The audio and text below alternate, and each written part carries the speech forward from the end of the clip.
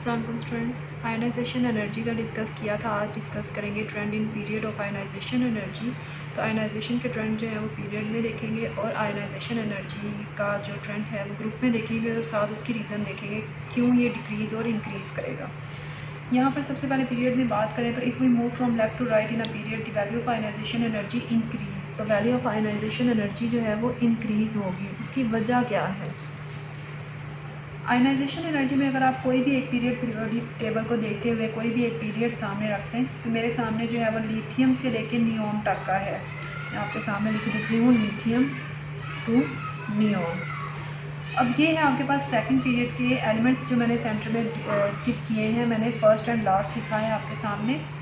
तो साइज़ जो है वो एटम का रिड्यूस करेगा because the size of atom reduce and valence electron are held strongly by the electrostatic force of attraction of nucleus.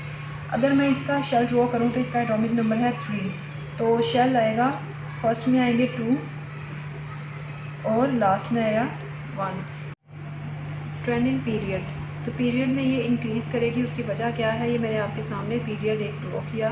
और lithium to neon, lithium के 3 atomic number है तो मैंने यहाँ पर शेल ड्रॉ किए। तो इसको रिमूव करने के लिए आपको 520 जो है वो आयनाइजेशन एनर्जी चाहिए।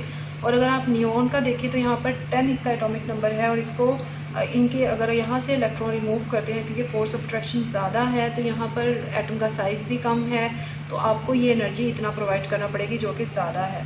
तो because the size of atom reduce and valence electron are held strongly held हैं by the electrostatic force of attraction of nucleus, therefore element on left side of periodic table have low ionization energy।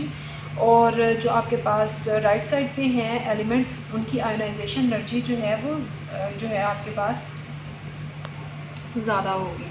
तो ये आपने इसका देखा और आप इस तरह से ड्रॉ भी कर सकते हैं। इनके शेल्स आपको ड्रॉ करना भी आते हैं अगर आपने प्रीवियस लेक्चर अच्छे से सुने हैं समझे हैं।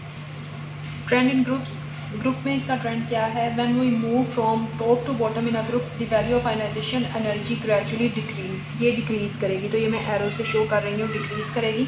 अब इसकी वजह क्या है?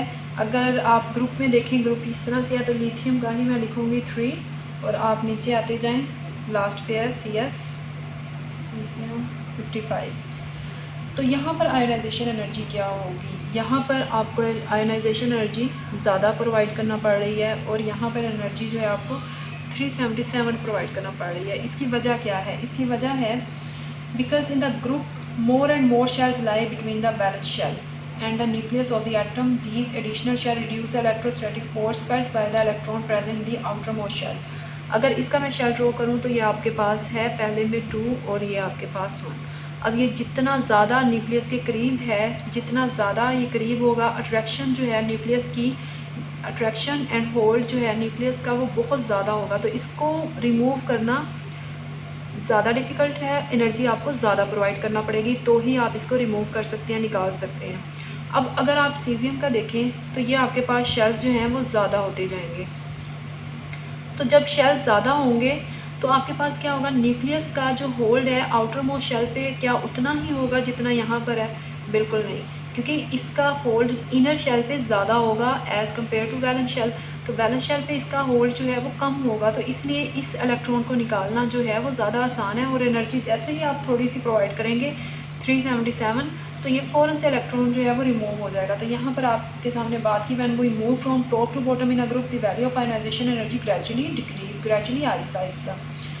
The valence shell electron can be taken away easily, therefore the value of ionization energy decrease from top to bottom in a group। तो ये था आपके पास trend in period and trend in group with reason with shells. आप इसकी diagram और इसके shells draw करके ही इसको लर्न करना, क्योंकि अगर आप कोई भी शेल ड्रॉ करते हो तो आपको ये ज़्यादा अच्छे से याद होगा। Thank you so much for watching.